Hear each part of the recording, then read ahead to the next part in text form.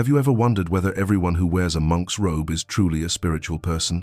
Over the years, countless scandals have been exposed, incidents involving people who carried the title of monk or religious leader, yet acted in ways completely opposite to the values they were supposed to represent. And the story you're about to hear is one striking example. A state-appointed abbot who exploited religion for personal influence, and even went as far as throwing a statue of the Virgin Mary into a river.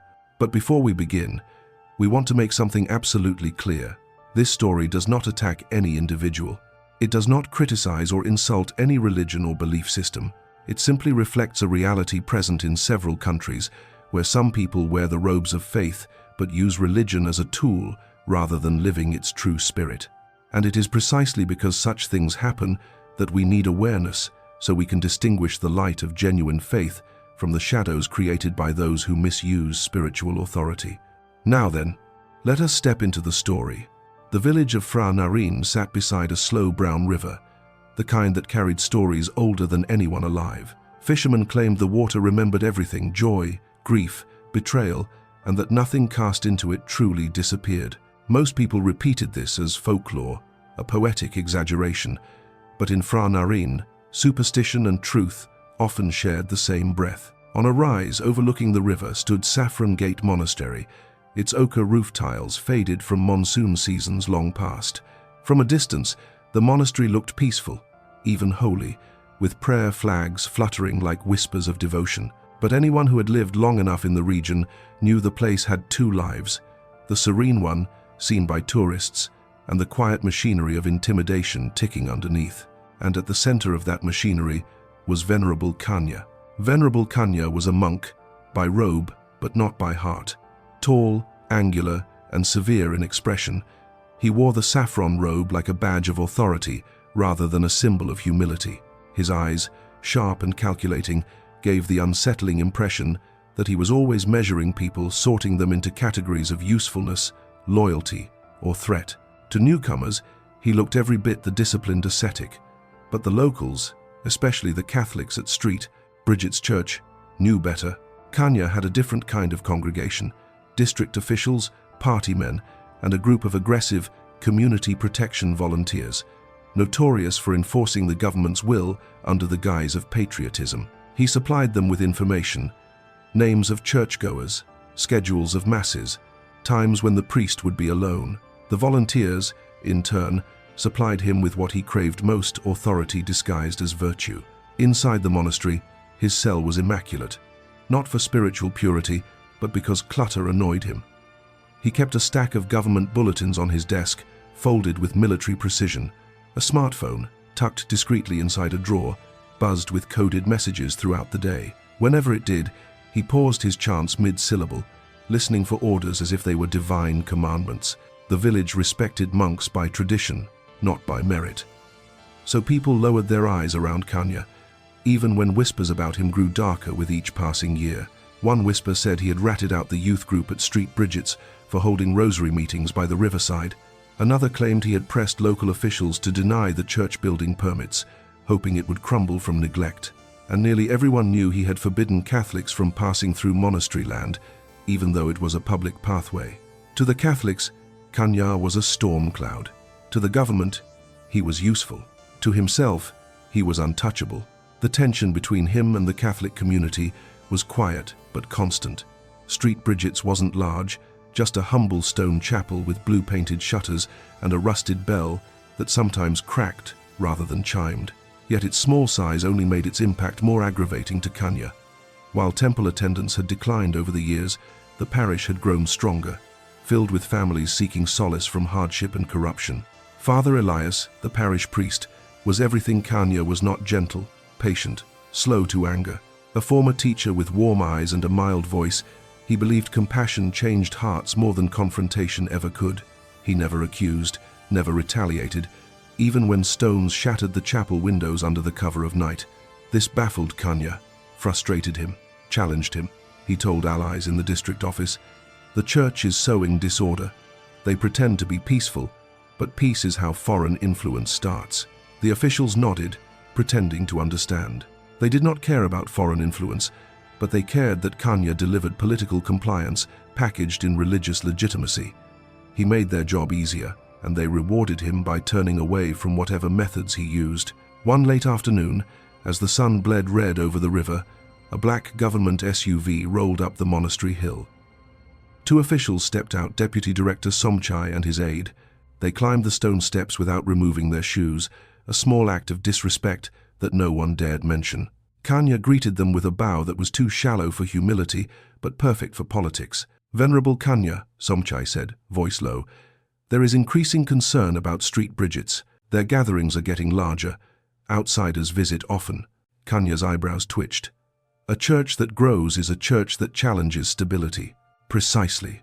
Somchai took a step closer. "We need intervention. Not openly, of course, but enough to send a message." Kanya folded his hands behind his back, the motion hiding a sliver of satisfaction. "You want them discouraged?" "We want them diminished," Somchai corrected, quietly. "And if they resist, make them leave." The words dropped into the dusk like a stone into the river. Kanya felt a cold thrill. This was what he excelled at. Boundary lines, intimidation, pressure applied in silence. The robe made people trust him or fear him, but either way, it gave him leverage. And now the government needed him again. "I understand," he said. "It will be done." Somchai nodded. The aide handed Kanya an envelope, thin, discreet, sealed. Cash, most likely. Contributions to the monastery, on paper. Payment for services, in truth. When the SUV rumbled away, Kanya looked down toward the village. Far below, the cross atop street Bridgets glowed faintly in the sunset, a stubborn symbol refusing to dim. He narrowed his eyes. The Catholics would not leave easily. They were resilient, and they had that riverside shrine, the small white statue of the Virgin Mary, that villagers visited for comfort, lighting candles along the water's edge. To many, the statue was a reminder of protection. To Kanya, it was a flag planted on land he believed should belong to the state and, by extension, to him. He would start there, he decided. Symbols were powerful. Destroy the symbol, and the people would fracture. He turned, entering the monastery halls, where wind chimes hissed softly as if warning him, though he ignored them. He believed he was untouchable, but the river had already begun remembering his name. The first step in Kanya's campaign was never meant to be loud. Loud actions drew questions. Questions led to reports. Reports led to politics, and politics, despite its claims of order, was messy. Kanya disliked mess. He preferred shadows, suggestions, and consequences that appeared to have no author. So he summoned the community protection volunteers. They were not real volunteers. They were a hybrid of local toughs, frustrated young men, and opportunists looking for favor with the district office. They wore armbands with slogans about patriotism and stability, but their real uniform was fear. When they walked down a street, shutters closed, voices dropped. Mothers pulled children indoors. Kanya called the group's leader, a man named Darat, late one evening. "The church is active tonight," Kanya said. "A prayer meeting in the hall. Small group, vulnerable." Darat chuckled on the other end of the line. "You want us to scare them?" "Only lightly," Kanya replied. "Enough that they remember their place." He did not have to explain further. Darat never needed details. He was like a dog trained to respond to tone, not substance. That night, the streets of Phra Narin were unusually still. Crickets soared at the darkness, and the river murmured in its slow, eternal way. Around 9, Street Bridget's church glowed with soft yellow light. A dozen parishioners gathered inside, reciting rosaries and hymns. Their voices rose and fell gently, as if floating with the river's current. The volunteers approached without haste. They kicked stones, laughed loudly, and let empty beer cans roll across the pavement. But when they reached the churchyard, the laughter stopped. They wore masks not to hide their identities, but to enhance the atmosphere of menace. The first stone flew before anyone inside realized what was happening. A window shattered, scattering glass like sharp little stars across the floor. The praying voices stopped, then gasps, then a scream from someone near the doorway. Another stone followed, cracking against the chapel wall. The candles trembled from the sudden draft. One of the volunteers pounded on the wooden door. "Foreign religion," he barked. "Go home. This is not your land." Inside, panic rippled through the group, but so did something else. A quiet resolve. Father Elias, who had been kneeling near the altar, rose calmly and motioned for everyone to stay together. His face held neither anger nor fear, only sadness, as if he pitied the attackers more than he feared them. When he opened the door, he stepped outside with his hands visible, palms forward in peaceful gesture. "Brothers," he said softly, "please, this is a house of prayer." "He's turned to Valas." A volunteer spat at his feet. "No one wants you here. God wants all his children here," Elias replied, not as an argument, but as a statement of fact. A third stone hit the chapel wall. Some of the parishioners cried. One young man balled his fists, ready to defend the church, but Elias placed a hand on his shoulder. The gesture was firm, absolute. "No violence," Elias said. "No retaliation. We answer darkness only with light." The young man swallowed his anger, blinking away tears. Eventually, the volunteers lost interest. Intimidation without resistance bored them.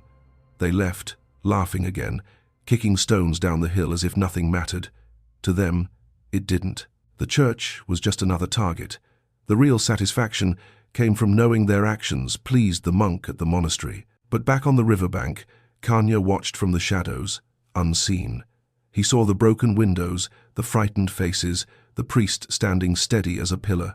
He expected the people to disperse, to retreat, to weaken. Instead, one by one, they picked up brooms. They swept the shattered glass into piles, sharing quiet words of encouragement. A mother wiped her daughter's tears. Two young men hammered wooden boards across the broken frames to keep out insects and night wind. And then, most surprising of all, they resumed their prayer meeting. This irritated Kanya more deeply than the church's existence itself. Resistance he could handle, anger he could fight. But forgiveness? Forgiveness had a strength he couldn't manipulate. In the days that followed, something strange happened. More villagers began attending Mass. Some came out of pity, others out of curiosity.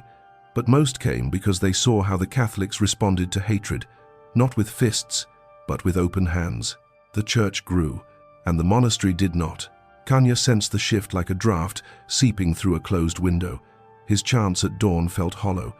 The volunteers he commanded boasted of their victory, but he tasted failure in every report. What disturbed him most, however, was not the crowd at the church. It was a statue. Down by the river, someone had placed a small white statue of the Virgin Mary, facing outward toward the water. It was simple, unadorned, maybe 2 feet tall, yet it caught the morning light in a way that made it seem almost alive. People left flowers at its base. Children traced the folds of Mary's robe with their fingers. Elderly villagers knelt to pray beside it, whispering for peace, protection, and strength. Somehow, that statue had become the heart of the community, more than the church walls, more than the priest's sermons. It represented hope, and hope was dangerous. One afternoon, Kanya stood on the monastery hill, watching a group of villagers light candles around the statue. The flames flickered in the wind like dozens of tiny, defiant souls. He clenched his teeth.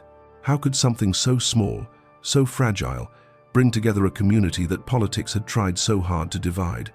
How could a figure carved from stone challenge his authority, challenge the states? The statue became a thorn in his mind.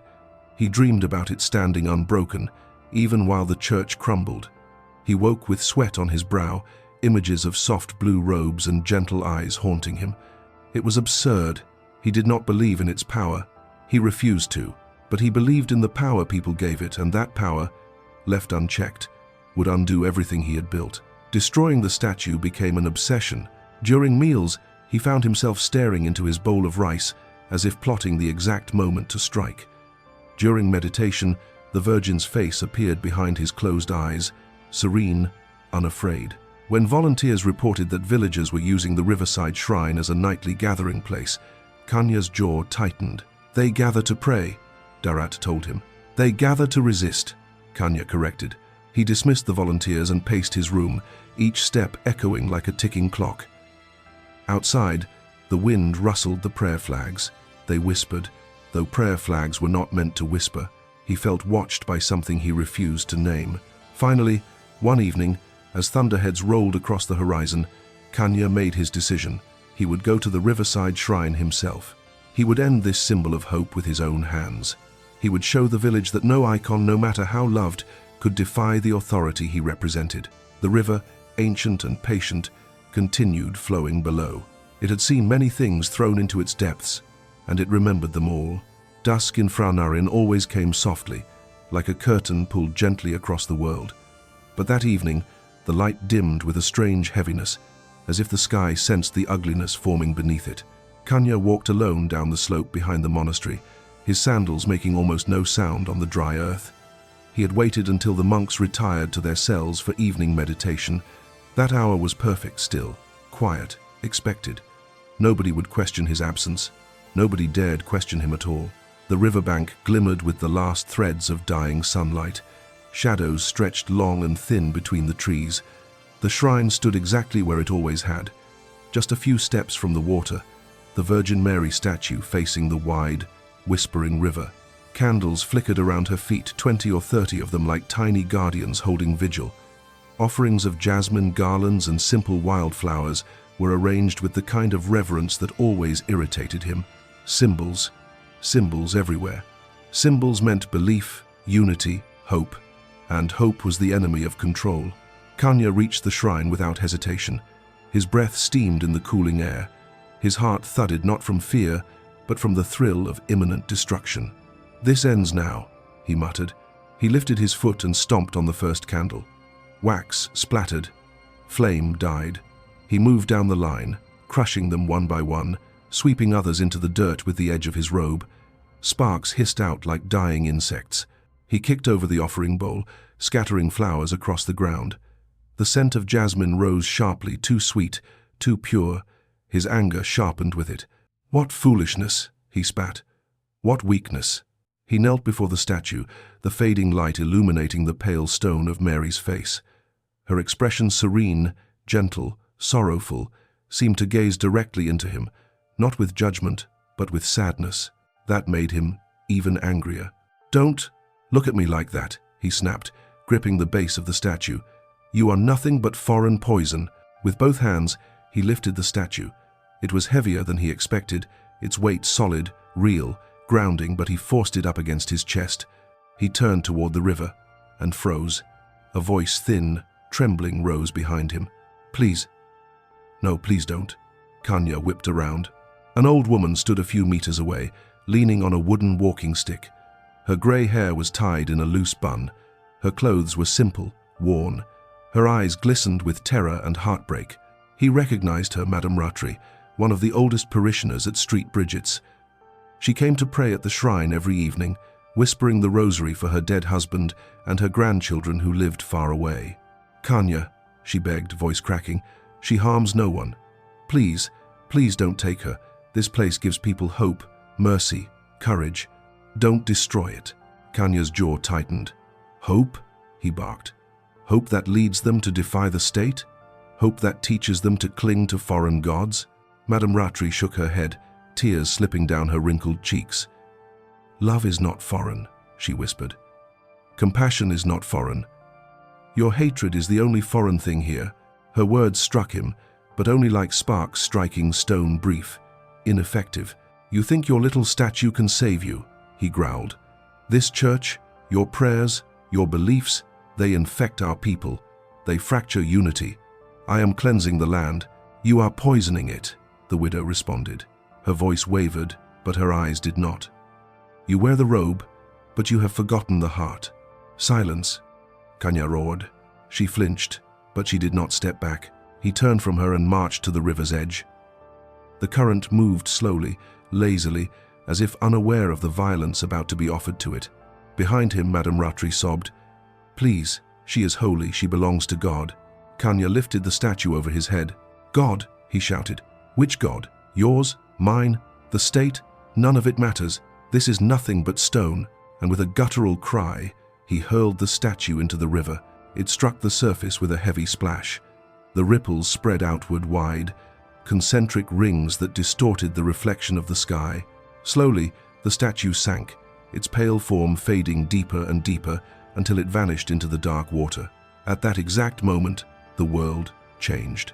The insects stopped chirping. The wind stopped breathing. The river stopped murmuring. An unnatural silence, thick and suffocating, swallowed the entire riverbank. Even Madame Ratri's sobs stilled. as if the air itself refused to carry sound. Kanya stood motionless, feeling the silence press against his skin. He glanced upward. The sky was clear, utterly clear, not a cloud in sight. Then, thunder. A single, resonant roll burst across the heavens, deep and angry. It echoed along the hills, rattling leaves and sending a tremor through the earth beneath his feet. Kanya took a step back. Another thunderclap followed closer, sharper though the sky remained perfectly calm, painted in soft twilight blues and purples. No lightning, no storm front, no clouds, just the impossible voice of the sky, roaring at a world that refused to answer. Madame Rattray dropped to her knees, clutching her rosary. "Sweet Mother of God," she whispered, "forgive him. Forgive him." Kanya felt something cold creep up his spine.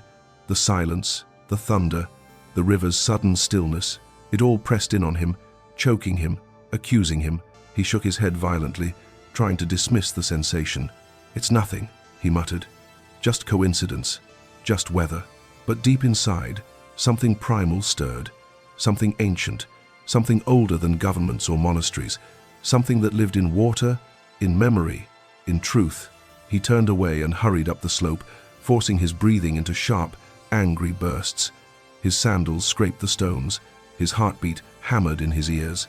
He did not look back at the river. He did not look back at the widow. He did not look back at the place where the statue sank. But something followed him, a faint sensation, like eyes watching from behind trees, a whisper of movement that didn't belong to the wind, a heaviness that trailed him like a shadow with its own will.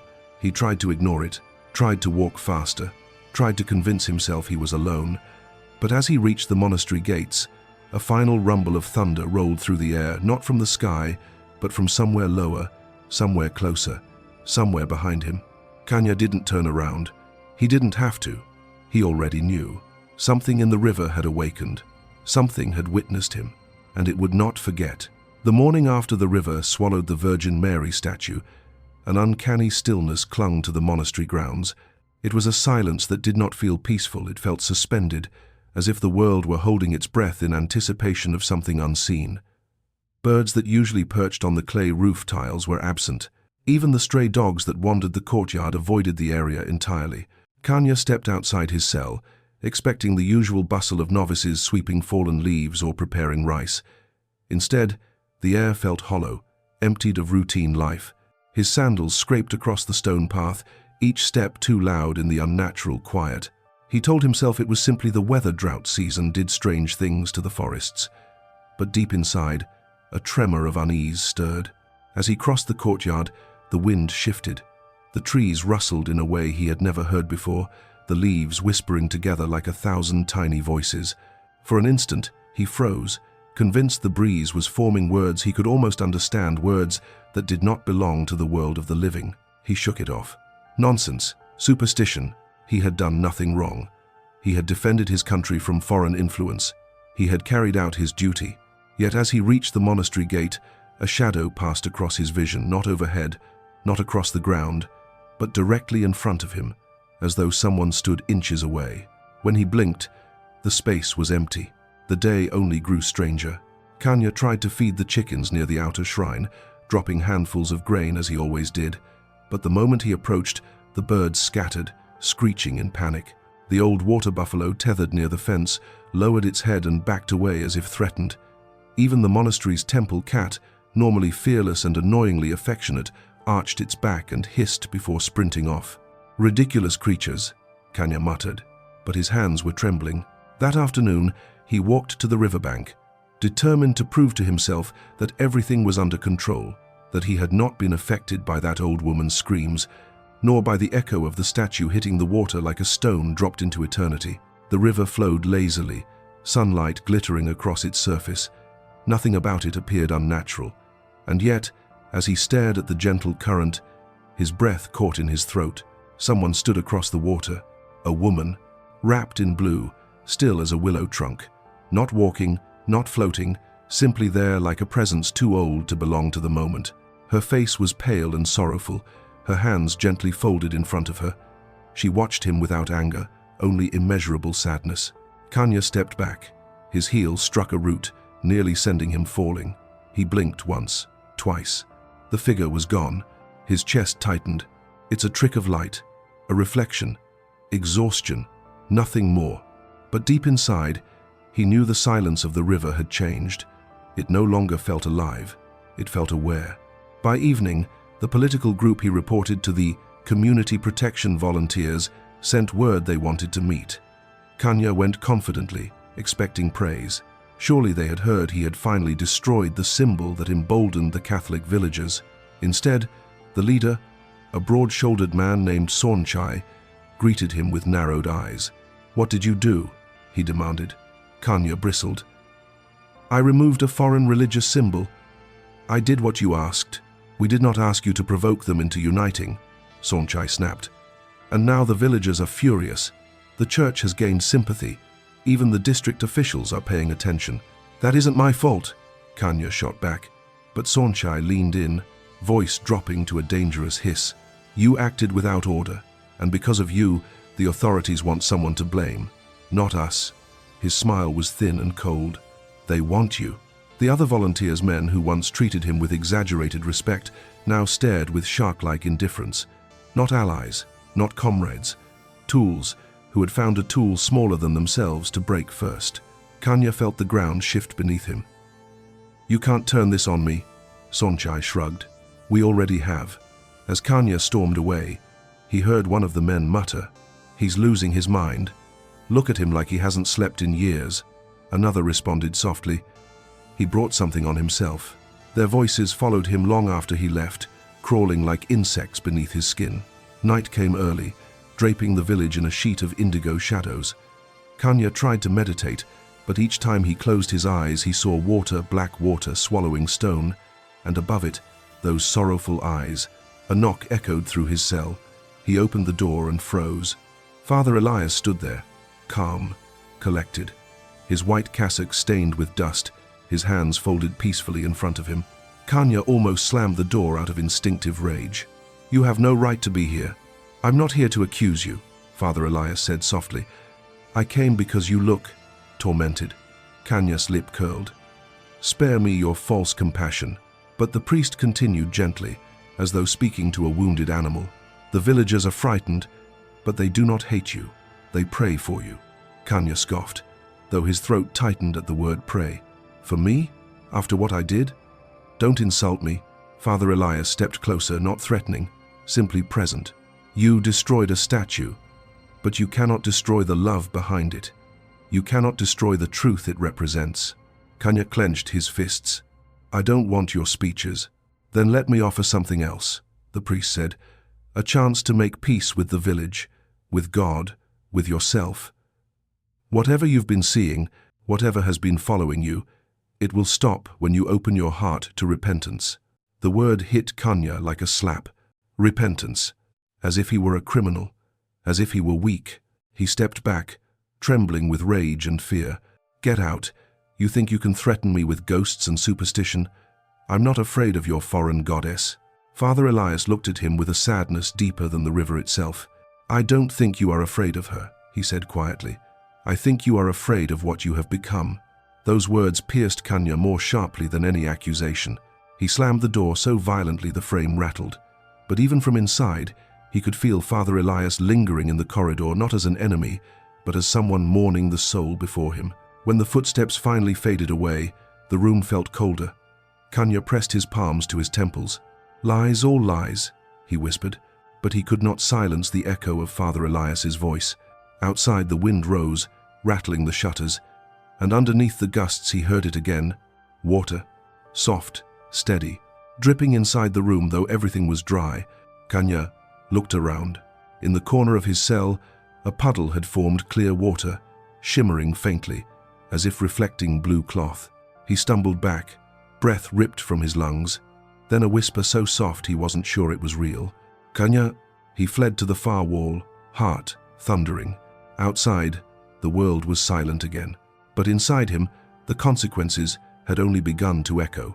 The night Kanya decided to flee, the air felt suffocating. A storm had not been forecast, yet the sky had taken on a bruised shade of purple, heavy and swollen, as if the heavens themselves were holding their breath. In his dim cell, Kanya stuffed thick envelopes of government money payments he had skimmed and hoarded for years into a canvas satchel. His hands shook as he worked. Every sound seemed amplified. The rustle of paper, the creak of the floorboards, the thud of his frantic heartbeat. "It's enough," he whispered to himself. "Enough to start over elsewhere, away from this cursed village, away from whatever is haunting me." But even as he said it, the word haunting lingered like a shadow stretching across the room. He stepped outside. The air was unnaturally warm, the kind of oppressive heat that came before a violent tropical storm. The trees trembled. Lightning flickered silently behind the clouds, as if warning him with flashes instead of thunder. Kanya walked quickly toward the edge of town. A single dirt road led to the provincial highway, but to reach it, he would have to cross the wooden bridge spanning the river. The same river. His pulse quickened. He had avoided that place for days, choosing longer paths and detours just to keep distance between himself and the water. But tonight, there was no other route. As he approached the bridge, the wind rose sharply, pushing against him like invisible hands. The sky cracked open with a rumble, not the distant, rolling thunder of a normal storm, but a sudden, sharp fracture, like something splitting in half. "Just get across," he muttered. "Just cross, and everything will be fine." But the river was already swelling. Dark water churned beneath the bridge, rising with unnatural speed. Waves slapped against the wooden beams, spraying cold droplets onto his legs. Kanya hesitated. A memory flashed. The statue leaving his hands. The splash that seemed to silence the world. The old widow's cry echoing through the night. He tightened his grip on the satchel and stepped onto the bridge. The storm descended in seconds. Rain hammered down in sheets, blinding him. The bridge swayed violently beneath his feet. Kanya staggered forward, gripping the rope railing with his free hand. "Just a little more," he gasped. Lightning split the sky, illuminating the river in a harsh white glare. And that was when he saw it. Halfway across the bridge, he stopped breathing. The Virgin Mary statue was rising in the water. Not glowing, not repaired, not supernatural, just there. The river's violent currents surged around it, yet the statue did not spin or sink. It simply lifted, pushed upward by the swelling flood, like a truth the river refused to bury. Kanya's throat tightened. "No," he whispered. "No, this isn't real." But it remained, drifting toward the bridge with calm inevitability, its painted eyes worn, its chipped hands still folded in prayer. The face, though damaged, held the same expression he had seen in visions by the water. Sorrow, not accusation. The wind screamed. The rain stung his skin like needles. The bridge lurched beneath him. His breath came in broken gasps. "It's just wood, just paint. It's not alive. It's not—" A sudden gust struck him. The satchel slipped from his shoulder, falling open. The government money he had hoarded for years spilled into the air. Bills spun like leaves, carried instantly into the river. "No!" Kanya lunged instinctively, reaching for the flying notes. The rope railing snapped. He lost his balance. For a split second, he teetered on the edge, arms flailing, rain blurring the world into streaks of grey. Then he slipped. His body fell, hitting the water with a heavy, muffled splash. The river swallowed him instantly, its currents pulling him down with merciless strength. He surfaced once, choking, clawing at the air, but the storm drowned his cries. The last thing he saw as the river dragged him under was the statue drifting past him, not judging, not condemning, only existing, unmoved by his fury or his fear. And then he was gone. The storm passed before dawn. The village awoke to fallen branches, flooded ditches, and the faint smell of wet earth. Just after sunrise, fishermen found Kanya's body near the riverbank. His face was pallid, his robes tangled with reeds. His hands, once so eager to strike and destroy, were limp and open.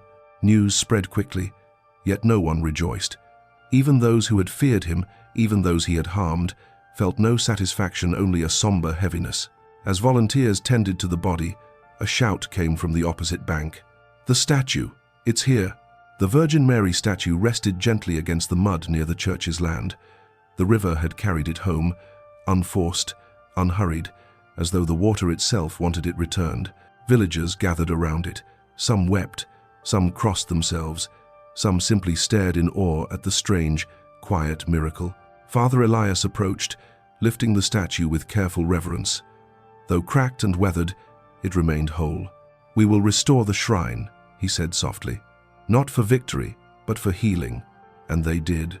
That evening, as candles flickered before the repaired riverside shrine, prayers rose into the cooling air. Not prayers for vengeance, not for justice. Prayers for Kanya's soul, for mercy, for peace, for the man who had fallen deeper into darkness than he realized, and who paid the price not because heaven struck him down, but because his own choices led him to the edge. Father Elias stood before the villagers, his voice steady yet filled with quiet sorrow. "The river does not punish," he said, looking out at the calm water reflecting the last light of day.